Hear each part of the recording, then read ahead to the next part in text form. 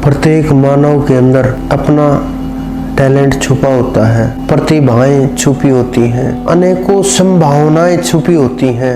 बहुत लोग आते हैं कि मेरे अंदर क्या टैलेंट है, बहुतों को मैं बता भी देता हूँ।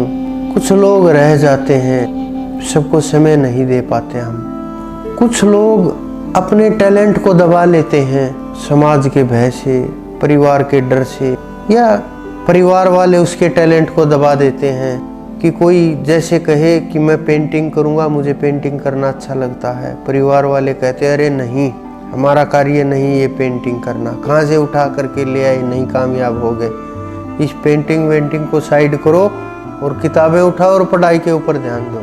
कोई बोले कि मैं तो म्यूजिशियन बनूंगा, चारों तरफ के लोग उसका मजाक उड़ाते हैं, भद्दे भद्दे कमेंट करते हैं।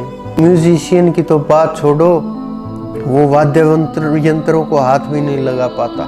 तो इस प्रकार से बहुत लोगों का जो टैलेंट है वो दबा रह जाता है, उनको साथ नहीं मिल पाता, वो समझ नहीं पाते, सही दिशा नहीं मिल पाती, संघर्ष नहीं कर पाते, संकल्प मजबूत नहीं हो पाता, उस मार्ग पर चल नहीं पाते, लक्ष्य निर्धारित नहीं हो पाता, और बिना लक्ष्य के वहां तक पहुंचना आसान नहीं होता। कुछ लोग होते हैं जो देखा देखी टैलेंट उत्पन्न करने की कोशिश करते हैं कि उसने सचिन को देख लिया, हर कोई बैट उठाए घूमता है, मैं भी सचिन बनूंगा, मैं भी सचिन बनूंगा। सचिन कोई नहीं बनेगा, सचिन तो बन चुके।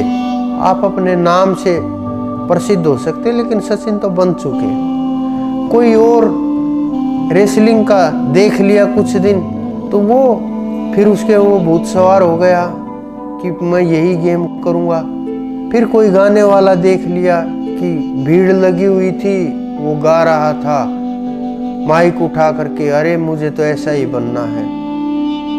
कोई मॉडल देख लिया मॉडलिंग करते हुए कि मैं तो मॉडल बनूंगा। कोई पढ़ते हुए देख लिया आईएएस बन गया, मैं तो आईएएस बनूंगा। ये देखा देखी का जो रंग है ना, ये टैलेंट नहीं होता। चलो संकल्प ले भी लिया, उसके ऊपर कार्य नहीं कर पाते, मेहनत नहीं कर पाते, और अपना 100% वहां नहीं दे पाते। और जब तक हम वहां अपना 100% नहीं दे पाएंगे, मेहनत नहीं करेंगे, 100% प्रयास नहीं होगा, हम उसके अंदर खो नहीं जाएंगे और दिन रात 24 घंटे उस लक्ष्य को पाने के लिए जब तक हम दीवाने नहीं हो जाएंगे, पागल नहीं हो जाएंगे, उतनी मेहनत नहीं करेंगे, कोई टैलेंट निखर करके नहीं आएगा। आपके अंदर जो छुपे हुए प्रतिभाएं हैं, उनको निखारने के लिए, जिस प्रकार से एक पत्थर को निखारने के लिए, मूर्ति बनाने के लिए मूर्तिकार छेनी हथौड़ा चलाता है, ग्राइंडर चलाता है, काटता छांटता है, चोट पहुंचाता है, तैयार करता है, घिसता है, रंगता है, धूप छांव में रखता है, समय देता है, कितनी मेहनत होती है। लेकिन जब वो मूर्ति मंदिर के अंदर रखी जाती है, हम आप जैसे सब लोग उसके आगे नतमस्तक होते हैं, अरे बड़ी सुंदर बनाई हुई, प्रभु ने बड़ा अच्छा रूप लिया है। उस कलाकार को भूल जाते हैं जिन्होंने वो तैयार की है। तो उसी प्रकार से आपके अंदर जो कला है, जो दबी हुई है, उसको निखारने के लिए भी उस कारीगर की आवश्यकता होती है। गुरु के रूप में, आचार्य के रूप में, शिक्षक के रूप में, कोच के रूप में, मित्र के रूप में, किसी न किसी रूप में उसका आना आपके जीवन में जरूरी होता है। और उसके बिना आप अपने लक्ष्य को ना पा सकोगे, न आप अपने आप को लक्ष्य के लिए केंद्रित कर सकोगे, न आप उस मार्ग पर चल सकोगे।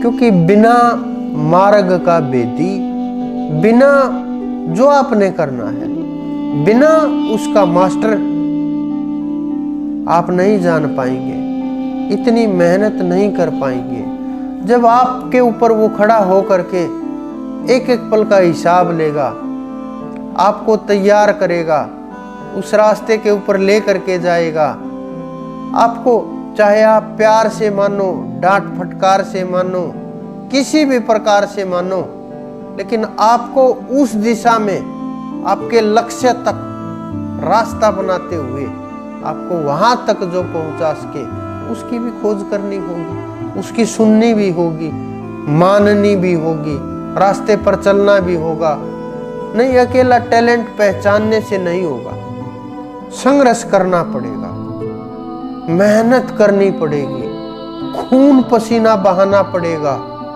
समय लगाना पड़ेगा, दिन रात एक करना पड़ेगा, सब कुछ भूलना पड़ेगा, तब आपकी कामयाबी दूर नहीं है। कितना दूर भागेगी कामयाबी, कैसे भागेगी? जब हम इतना मेहनत करेंगे, सफलता दूर नहीं रह सकती। 1 साल रह लेगी, 10 साल रह लेगी, जीवन भर सफलता आपसे नहीं भाग सकती। आपको सफल होने से कोई नहीं रोक पाएगा। तो अपने टैलेंट को पहचानते हुए शिक्षक को साथ ले करके और जुनून के साथ कामयाबी की ओर बढ़िए।